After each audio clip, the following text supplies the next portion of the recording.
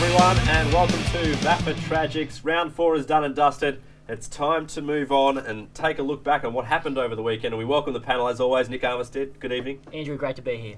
Will Barm, great to have you back. A week off. Yeah, thank you, Andrew. I'm fresh, feeling good. Ressa, were you reported or injured last week? I was injured last week. Fair enough. Not general soreness. Brenton Mann's also on the desk. I'm not as fresh, but we're going to get through it. We'll get through. There's a few sickies tonight, so bear with us as we work through. We'll kick it off in William Buck Premier section. We'll take a look at the first win of the year for St Kevin's Old Boys. They got up over Uni Blacks in a game that Blacks led at half-time and probably could have led by more. They were 6-9 at half-time, so fairly inaccurate. And it was probably another game that Blacks would be disappointed to lose, just like they did the Uni Derby. Blacks were right in this contest up to the end. Dornaff doing beautifully with 4 goals. Some points of note, I guess, you take out of the game, guys, is that Blacks don't quite have their system working perfectly yet. They've got a few younger guys in. Obviously, their pre-season injuries, Nick, which I'm sure you know about, with Anderson, Lay, and O'Brien now missing with injuries. A few broken bones amongst that lot have made it difficult for them. But these entries into inside 50, just kicking it, and turnovers, easy marks, blazing away, not really looking to try and hit up a target. Well, I want to ask you, is Bear Robbins playing a bit further forward this year because of those injuries, or...? Well, I think that was evidence when we were speaking to Cam Roberts, of course, back coaching the Blacks this year. You mentioned, obviously, with Patterson not playing there, who was very much anchored to the goal square. Robbins did have that licence to float up high, but remember last year Robbins was their leading goal kicker. He was brilliant when Patterson still only played about 50% of the games last year, and Robbins was kicking his 3s and 4s every week. What I saw against Uni Blues last week, I didn't see this game live, was that he was getting a bit higher. I think they're going to try and focus on getting him closer to home because he's a great mark overhead and a really good player is Robbins. So, look, they're not out of it by any stretch, Blacks, most importantly, but that disappointing result for them. Conversely, for St Kevin's, great to be on the board. Certainly is in William Buck Premier.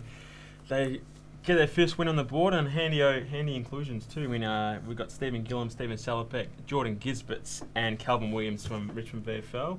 They made a massive difference. Yeah, so we thought last week I think we said Gillum might be missing the first 6 to 8 weeks. I think he did fly in. He might have been able to play the week before, but he only flew in on the morning of the game. Decided not to play against Old Zaverians, but was able to play this week, and I think he's off again for the next couple of weeks is Gillum. But when you're including Salopek and Gisberts and even Jared Gleeson was excellent in the midfield for them this last week, St Kevin's, and that was where they got first hands of the ball and the contested ball in the middle of the ground, and that really made a difference for Scobs as they collected their first 4 points of the year. And Billy Kanakis has had an absolute day out with six majors. Not every day you get to kick 6, and I'm pretty sure he'd be pretty happy getting on the end of 6 sausage rolls. That first win is sometimes always the hardest, and that could really kickstart them. We've been a little bit... not down on them, but we've been a bit concerned about their form in William Buck Premier, but that first win's on the board and it could really kickstart them on, as I said. Yeah, I think we said a couple of weeks ago 4 and 5 would be a good position to turn in. They might go better than that, you're right. They could get on a bit of a run now, St Kevin's. Nick, you had a bit of a look at Old Trinity and DLSL. Was the match of the round by every sense of the word, the 2 top undefeated sides, and the T's got up. Absolutely, it was the match of the round between probably the 2 form sides of William Buck Premier and Old Trinity, 33-point winners. It was a strong breeze down at Daily Oval to the City side, but in that first quarter, with Old Trinity kicking against it, they've actually kicked 5 goals straight. 3, thank you to Alex Polidoris, who had an absolute day out. 5 in the first half and really set up the win for Old Trinity. They really won the game in the ruck duel though. I know Anthony Ferrado's still out, but Henry Winter was absolutely fantastic and gave those midfielders first use of the ball all day. Even though for De La Salle from their side, the 2 Williams brothers were fantastic as per usual. Jake Williams wasn't actually named in their best, but from my point of view, I thought he was probably definitely their best. He found the pill all day. The way he uses it is absolutely cut above most players that I've seen in William Buck Premier. And Old Trinity, they're still missing Brendan Yetzi, Harry Tinney, Jake Steinhardt is out for the year with an ACL, and Nicolosi is also done with a hamstring. D-Lo would be happy that they got this close to Old Trinity, I feel. I think that they've shown them, they've seen what they're about. I think D-Lo would feel, okay, well, we didn't win the game, but we were right in the contest, and they'll get them again, a chance to have a look at them again at Waverley Park, back on their home deck at the Dairy Bell. I think, these 2 are probably the best 2 sides in the comp at this stage. Absolutely they are, and they play a very similar brand of football. They're both very fast, very quick footballers. So, as you said, DLSL will be this happy that they got this close. Another game I had a quick look at was Uni Blues and Collegians. Unfortunately, Blues only kicked the 1 goal in their game against the Collegians, and it was more of the same on the evidence that we've seen. That it seems like they're unable to score as freely as they were certainly in the past 2 seasons under Quinton Gleeson, and only kicking 1 goal for the day would point to that. Collegians back to their best with a man or 2 men often behind the ball, holding up play. And Collegians, who I think a few of us thought might be one of the weaker sides in William Buck Premier, they've shown some good things, and they've got really good players that are back in their side. We forget how good, and Andrew Scotty is back in the side, and Courtney Hilton back in the side on a consistent basis. So good signs for the Collegians.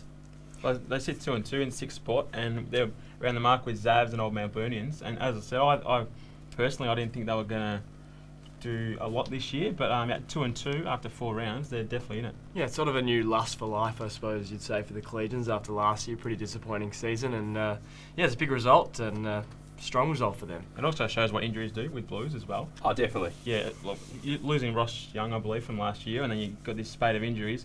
It really tests your depth, and if it's not there, then it's too much is left to too few, and then players are probably trying to play above their pay grade, and it's just not clicking for them. No pay grade in the amateurs. That's true. That's true. As a figure of speech.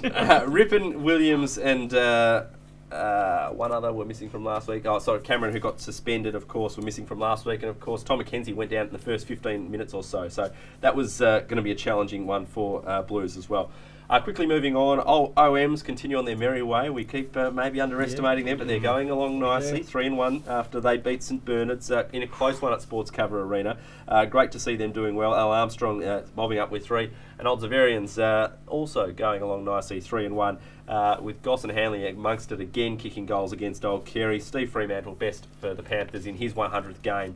For them, they still remain without a win in William Buck Premier section. With Old Zaverians, how important is Goss to that forward line structure, taking a bit of the pressure off Matt Hanley? Well, massive. I think he takes a quality defender that has to man him up, because you can't leave him alone, and that means a second defender or a different type of defender is going to Hanley. So it's a huge in for Old Zaz. I think we underestimated the loss of Goss last year and how Zaz's form was throughout the year. Yeah, and the combination of the Johnston brothers as well, and then Simiopoulos in the middle and the Beethams. I mean, Simiopoulos pretty hot. An interesting one. He's really come on. Yeah, absolutely. Particularly when he was sort of in and out of the side 2 seasons ago, even last year became an important player last year. His form this year is excellent. We'll take a break. That's William Buck Premier done. We're moving through things here on the Tragics. We'll be back with more in a moment. Anytime is the right time to get fit at Anytime Fitness. Access over 400 gyms across the country 24/7 and discover why more Australians train at Anytime Fitness than any other gym. Go online and register now for your free 7-day pass and feel something better. Moving on to Premier B, Will, tell us about the Sharks, because they're going beautifully. We've seen this across a number of sections where the relegated side just doing beautifully. Absolutely, and Bo Morris in the second quarter particularly were fantastic. It was a great team effort. Not taking much away from St Bede's, they also played a pretty good game, but it was blokes like Joel Di Natale, who was excellent half forward and through the middle, particularly his pressure acts. I think they were very, very important in this game. It was a very free-flowing game with plenty of mistakes, plenty of turnovers, but at the same time, it was very exciting and a fast pace. Stephen Milne was pretty dangerous again, kicking a couple of goals, but it was really Daniel Gribben up forward. Can't get his arms, no one can get their arms around him. Big man. He's a big man. Massive man. But yeah, the pace of Bo Morris is something to behold, and I mean they're 4-0 and looking pretty solid. Strong wins also for Old Scotch and Ajax, who both go to 3-1, as do Old Haileybury with their big win over Parkdale Vultures. Congratulations, Monash Blues, of course, getting their first win in Premier B. It's always welcome to see that. They beat the Rovers, but equally for Fitzroy and the Rovers, both 0-4. Now, I know that, Nick, you were talking about Fitzroy at the start of the year. Had big hopes for really breaking through this year in Premier B. They haven't been able to do that thus far. They haven't delivered thus far. They have lost last year's Premier B section best and fairest Rory Anjo Lella for an extended period. Hopefully he'll be back within the next week or two and he can add to that midfield, and hopefully they can get their first win on the board. In Premier C, it's a tale of the top two at the moment, with Mazenod and Peninsula both setting the path towards greatness. Mazenod undefeated, as are the Pirates, and Mazenod jumped over the Pirates on percentage terms after they had a big win over Old Ivanhoe. Williamstown had a big win over Ormond, who are one of the struggling sides in that section. Caulfield beat Old Camberwell. And Will, Q? Yeah, I mean, it was another disappointing result and another one that went down by less than a goal. So it's something to look at for Q, and but Peninsula are a very good side. I still think Mazenod are definitely the team to beat. They were wonderful on the weekend, and they haven't really been troubled by a side this year. So the Bears, a fourth flag in a row, is looking challenging at this point. Bit shaky. Oh, yeah, it's challenging, but I think that's what we're in Premier C for. We're in there for a big challenge, and it's a good competition this year, and it was also good to see Oakley get their first win of the year. And Q play Ormond this weekend, which is a grand final rematch. I know you don't like that word, but yeah, it's going to be a great clash. I'm sure they'll be going okay. Brenton, the story of the day, though, from Premier C is undoubtedly Oakley beating Marsland, and Marsland 0-4. It certainly is, and Marsland not in a great way, and a terrific win for Oakley at their home ground. 11-23 is not ideal kicking, but they got the job done by 5 points, and I'm sure they would have celebrated duly. Oakley on the board in Premier C. Time to take a look at the division report, and Brenton, there's a few teams I want to ask you about the division, so we'll see what comes up in your report. No worries, I'm looking forward to those. Now, we'll start with the Ogs. We'll start with Old Geelong with a 102-point win over the Two Blues, who welcomed them. I just said their neighbours. Two Blues is at Toorak Park. The Ogs at Como, and they welcomed them, and they smacked them 102 points. Now we move to Old Mentone. It's like a broken record. Fourth straight 100-plus point win. They smashed St Mary's at the Keysborough Sporting Fields by 110 points, and they do not look like doing a thing wrong. They are flying. They're attacking juggernaut, and you'd be not being a betting man.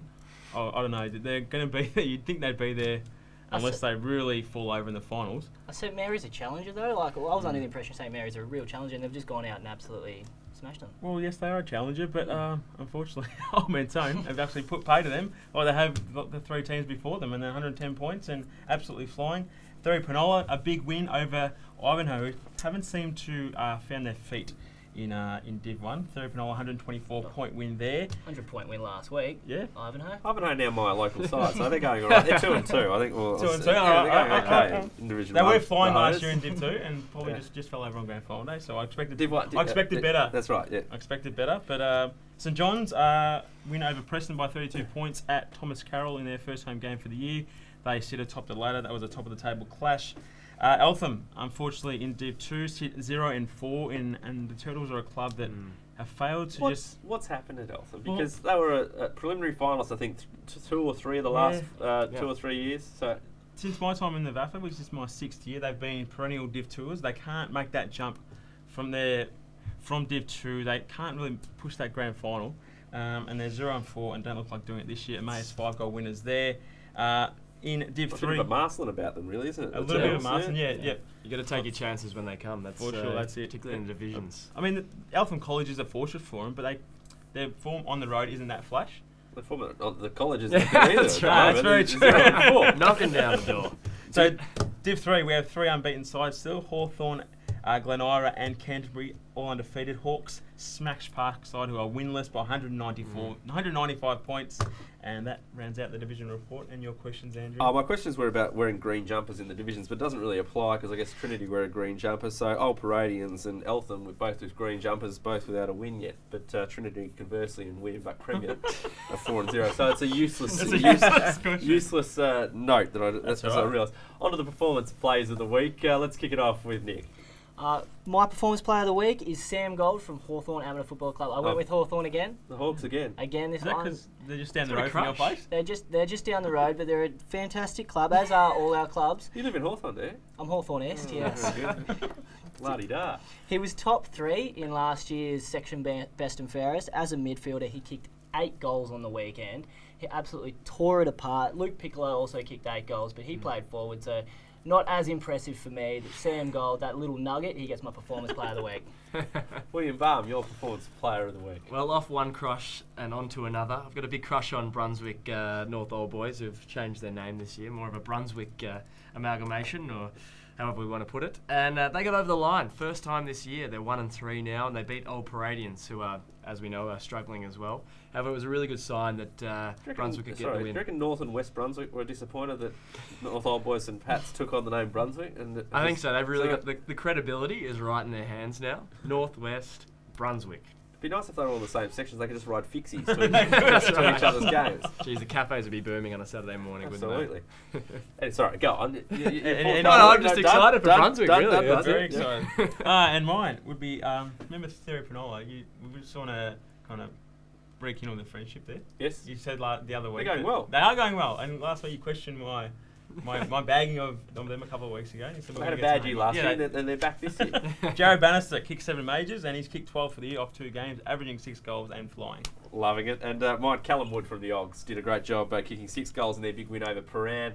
Assumption, we missed it last week, although we gave a bit of a note to Barys Army. He's back again this week to give us those players that might be going all right in the VAFA.